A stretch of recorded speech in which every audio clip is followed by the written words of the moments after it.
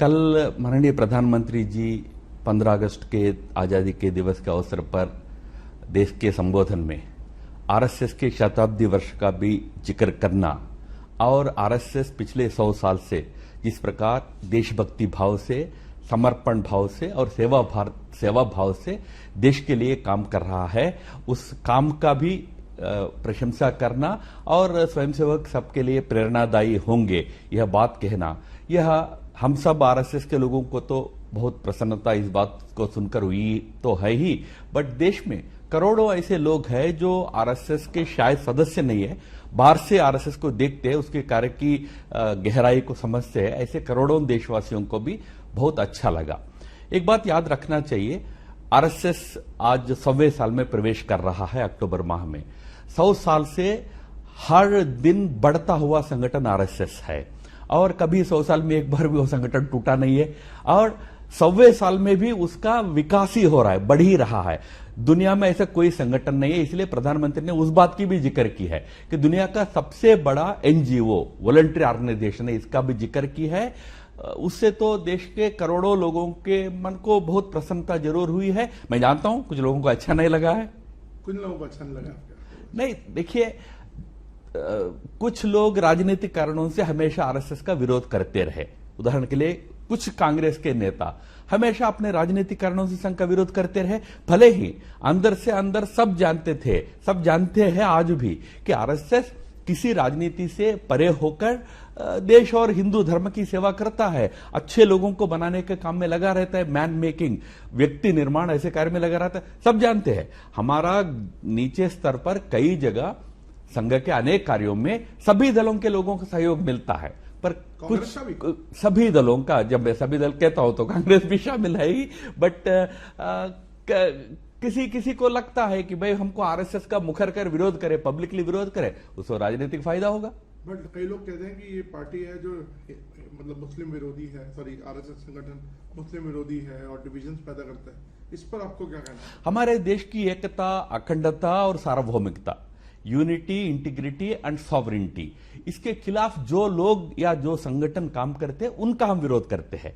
किसी संप्रदाय विशेष, धर्म विशेष, राजनीति दल विशेष, किसी का विरोध हम नहीं करते हैं। इसलिए संघ सबको साथ लेकर चलने का ही प्रयास हमेशा करता है। राम माधव जी, अभी पीएम नाम ने तारीफ करी है कल, लेकिन पीछे कुछ अटकलें ऐसी लगाई जा रही थी कि बीजेपी और आरएसएस में कुछ अच्छा नहीं चल रहा है, इसको आप किस तरह से देखते हैं? ये तो अटकलें तो समय समय पर लगाए ही जाते रहते हैं।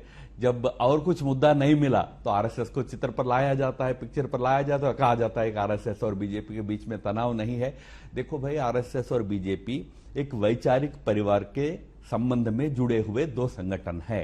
राजनीतिक दृष्टि से बीजेपी अपना काम करता है, राजनीति से बाहर समाज में सांस्कृतिक सामाजिक सेवा अनेक कार्य आरएसएस करता है। हम आपसी एक वैचारिक परिवार के नेता आपसी संबंध रखते हैं और उसमें किसी प्रकार का कभी उतार चढ़ाव, तनाव कभी नहीं होता है। तो कोई मनमुटाव नहीं? बिल्कुल नहीं है, बिल्कुल कोई मनमुटाव नहीं है। सर, अब आते हैं दूसरे मुद्दे पर, ट्रंप टैरिफ। एक ट्रंपियन टैरिफ का नाम इसको लोग दे रहे हैं।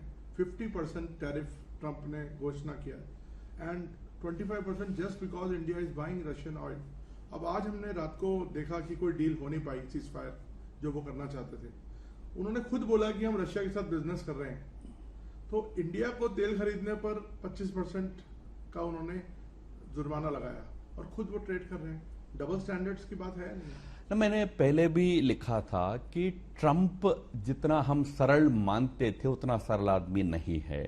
वो एक बहुत बड़ा ट्रांसैक्शनलिस्ट तरह का व्यक्ति है और उनके मन में एक बात स्पष्ट है, जो भी वो करे अमेरिकी अर्थव्यवस्था को ताकतवर बनाए, वो अकेला उनका लक्ष्य है। अमेरिका में समय समय पर ऐसा नेतृत्व आया।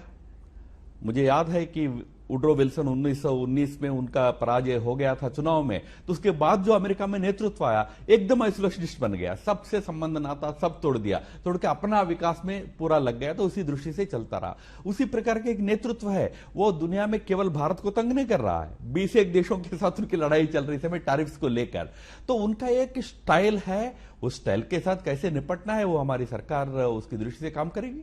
नहीं, लेकिन चाइना के साथ जो उनका घोर दुश्मन है उस पर ही एडिशनल टैरिफ लगाया गया, सेकेंडरी टैरिफ, बट हम पे लगा दिया गया। चाइना पर भी कई मामलों में हमसे बहुत पहले से कई प्रकार के प्रतिबंध लगे हुए हैं। उदाहरण के लिए उनका जो बहुत महत्वपूर्ण आवश्यकता है सेमीकंडक्टर चिप्स, उसके ऊपर कई सालों से प्रतिबंध लगा हुआ है। चाइना उनके टारगेट पर बहुत पहले से है। बट बात इतना ही है कि चाइना अपने ढंग से यूएस को हैंडल कर रहा है। चाइना के अपने कुछ स्ट्रिंग्स है, वो स्ट्रिंग्स को चाइना पुल करता है। उदाहरण के लिए चाइना के पास अमेरिका के बहुत बड़े पैमाने पर $3 ट्रिलियन के वर्थ वाले क्रेडिट सर्टिफिकेट्स है। उनका तो अर्थव्यवस्था इतना आपस में जुड़ा हुआ है, तो वो आपस में एक प्रकार का संबंध रखेंगे। इसलिए हर देश को ट्रंप से अलग अलग ढंग से हैंडल करना पड़ेगा। तो आपको लगता नहीं भारत कहीं ना कहीं कुछ विफल रहा है इसको डील करने में? इस तरह नहीं, बिल्कुल विफल नहीं है। हम इस परिस्थिति को कैसे हैंडल करें इसको ध्यान में रखकर कई कदम उठा रहे हैं। हम भी अपने आर्थिक व्यवस्था पर असर ना आए इसका ध्यान रखकर काम कर रहे हैं। बिल्कुल विफल, वैसे तो मैं वही कह रहा हूं ना, ट्रंप अनेक देशों के साथ इस प्रकार का व्यवहार कर रहा है। बहुत घनिष्ठ मित्र, एक साथ चलने वाले 5 आईज का हिस्सा है। ऐसा कनाडा के साथ क्या किया ट्रंप ने? तो इसलिए ट्रंप का एक स्टाइल है, उसके साथ निपटने का अपने ढंग से हम प्रयास कर रहे हैं। बहुत ट्रांजैक्शनल आपने कहा। बिल्कुल, वो ट्रांजैक्शनल व्यक्ति है। क्या अब आपने भी फॉरेन अफेयर्स पे काफी काम किया है और आप बहुत क्लोज ऑब्जर्वर भी रहे हैं, आप लिखते भी रहे हैं, चिंता भी करते रहे हैं। भारत बीजेपी का फॉरेन सेल लीड भी करते थे। आपको क्या लगता है कि भारत और यूएस के रिश्ते क्या पटरी पे वापस आएंगे इस तरह के रवैये से? देखिए, हम दोनों देशों के रिश्ते एक ऐसे क्रिटिकल लेवल पर पहुंचे हुए हैं कि इस प्रकार के उतार चढ़ाव के चलते लंबे समय तक हमारे बीच में कोई खाई नहीं आएगा, क्योंकि एक क्रिटिकल मास है ना, वो टेक ऑफ कर चुके हैं ये relationship. But ups and downs रहेंगे, पहले भी थे। आपको मैं याद दिलाऊं, निक्सन जब अमेरिकी राष्ट्रपति थे तो हमारा संबंध बहुत कठिन रहा है, बहुत कठिन रहा है। उससे पहले जब कैनेडी थे तो बहुत अच्छा रहे। चाइना का युद्ध हुआ तो हमारे को बहुत सहयोग मिला। बट जब हम 71 में पाकिस्तान के साथ युद्ध कर रहे थे तो निक्सन ने बहुत प्रयास किया हमको परास्त करने का। उसी प्रकार 98 में क्लिंटन के साथ हमारी समस्या रही। अप्स एंड डाउन्स रहे।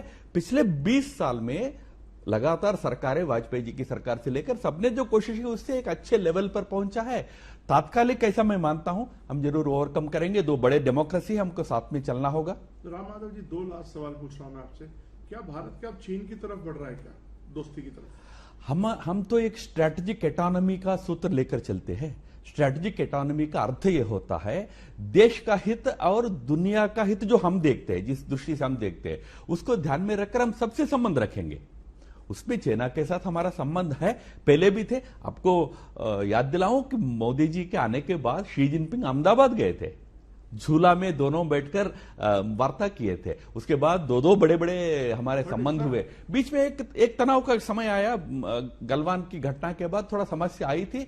अब उससे फिर आगे जाकर हम संबंध निर्माण करके चल रहे हैं। हम दोनों के बीच बहुत बड़ा स्ट्रांग आर्थिक संबंध है। $140 बिलियन का हमारा बायलैटरल ट्रेड है।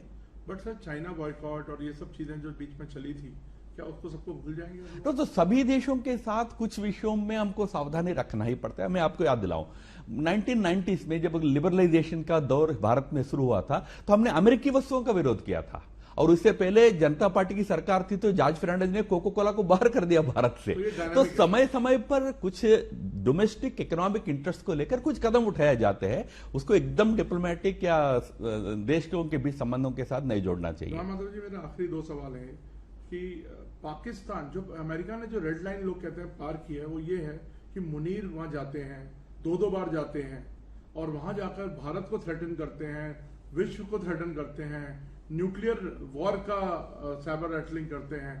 तो इसको किस तरह से आप राम माधव जी देखते हैं? क्योंकि रेड लाइन भारत पाकिस्तान के साथ जो संबंध है आप जानते हैं, आप किस तरह के रहते हैं। अगर अमेरिका उसके साथ खड़ा दिखेगा तो कैसे आगे बढ़ेगा? हम बहुत सेंटिमेंटल लोग हैं। ट्रंप का स्टाइल को क्यों नहीं समझ रहे हैं? मैं वही तो बार बार कह रहा हूं। ट्रंप ने तो किम जोंग उन से अपने नॉर्थ कोरिया के जो भयंकर घोर डिक्टेटरशिप करने वाले वो डिक्टेटर के साथ सिंगापुर में 2 दिन की वार्ता की और कहा कि मेरा बहुत प्रिय दोस्त है। उनका स्टाइल है। उसके कारण ना नॉर्थ कोरिया में अंतर आया, ना नॉर्थ कोरिया अमेरिका संबंध में कोई सुधार आया है। उसी प्रकार सब प्रकार के गलत लोगों को भी मैं सुधार लूंगा ऐसा सोचकर काम करने वाला व्यक्ति है। इसलिए मैं कह रहा हूं उस व्यक्ति से डील करने का हमको थोड़ा भिन्न तरीका अपनाना चाहिए। सेंटिमेंटल नहीं होना। वो मुनीर को लेकर कर रहा है, उसका घोर विरोध हमारा है। बट ऐसे ही राजनीति उन्होंने मुशर्रफ के साथ की थी अमेरिका ने।